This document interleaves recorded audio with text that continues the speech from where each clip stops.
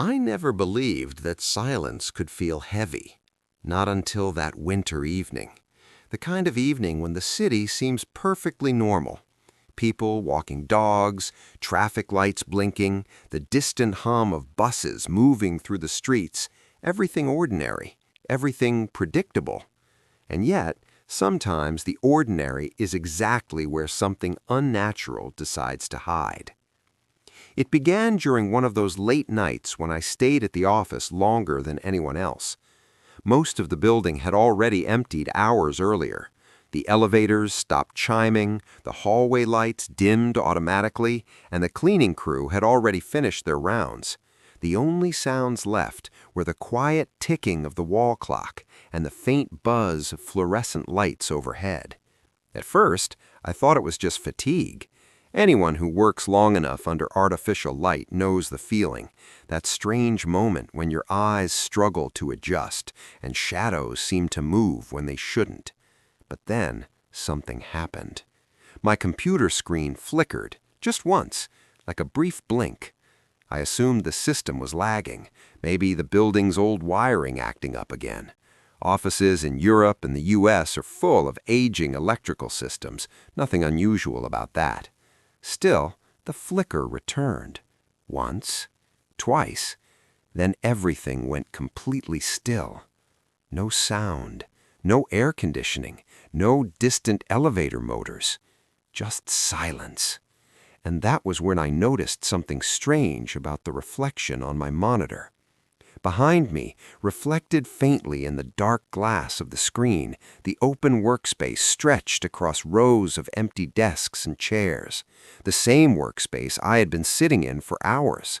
Except, something in the reflection wasn't matching the room. At first, I couldn't explain what felt wrong about it. The chairs looked the same, the desks were where they should be, even the emergency exit sign glowed softly above the hallway. But there was something else, something faint, a shape that didn't belong there. It was subtle, barely noticeable, like a distortion in the air itself. I turned around immediately. Nothing. The office behind me was empty, perfectly empty.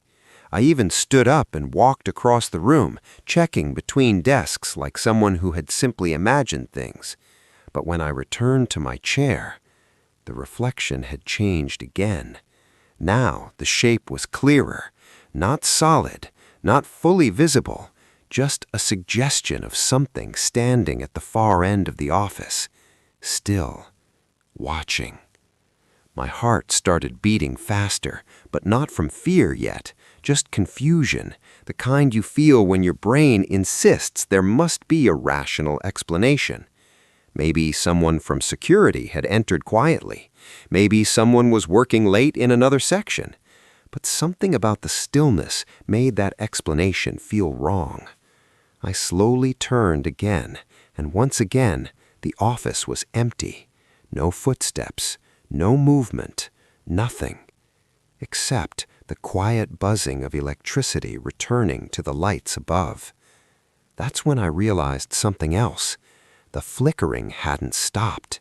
It had simply become slower, like something breathing, in the walls, in the wires, in the air around me, and somewhere deep inside the building, something seemed to be waking up, very, very slowly. Over the next few nights, I tried to convince myself it had been stress.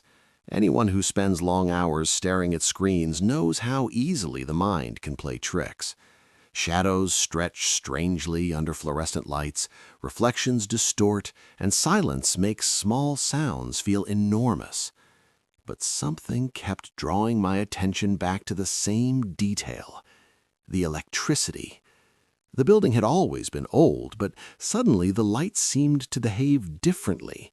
They dimmed for no reason, flickered at odd intervals, and sometimes the computers would briefly shut off for a fraction of a second before restarting again. Facilities sent an email about minor electrical irregularities. Completely normal, they said. Buildings across Europe and North America deal with these things all the time. Still, there was something about the timing that bothered me. Every flicker happened when the office was nearly empty. Every surge came late at night when the silence returned. One evening, curiosity got the better of me. I stayed later than usual, long after the last coworker had left and the hallway lights had switched to their dim nighttime mode. Outside the windows, the city lights shimmered against the dark sky. Cars moved slowly through distant streets, their headlights sliding across glass buildings. Inside the office, everything was still. I sat at my desk pretending to work, though most of my attention was on the reflection of the room in my monitor. Minutes passed, nothing happened. Then suddenly, the lights above me dimmed. Not quickly, slowly, as if something unseen were draining the power from them. The buzzing sound grew louder, deeper, vibrating through the ceiling panels. And then the reflection appeared again. This time there was no doubt something was standing there, tall, unmoving, but wrong. The proportions didn't make sense. The shape seemed stretched, elongated, like a silhouette pulled apart by invisible hands. I forced myself not to turn around immediately. Instead, I kept staring at the reflection, trying to understand what I was seeing. And that was when it moved. Not walking, not stepping, just shifting slightly closer. The movement was so small it could have been my imagination, but the distance between it and my desk had changed. I felt a cold pressure spread across my back, the unmistakable feeling of being watched from only a few feet away. My breathing slowed. The buzzing in the ceiling grew louder and louder until it almost sounded like whispering, tiny electrical whispers crawling through the wiring above my head. I couldn't take it anymore. I turned around. Nothing. The entire office remained empty. Rows of chairs, blank monitors, quiet desks. But one thing had changed. My computer screen was no longer reflecting the room. Instead, the monitor had gone completely black, and in that black glass surface, I could see something standing directly behind me, close enough that if I moved my chair back even slightly, I would touch it.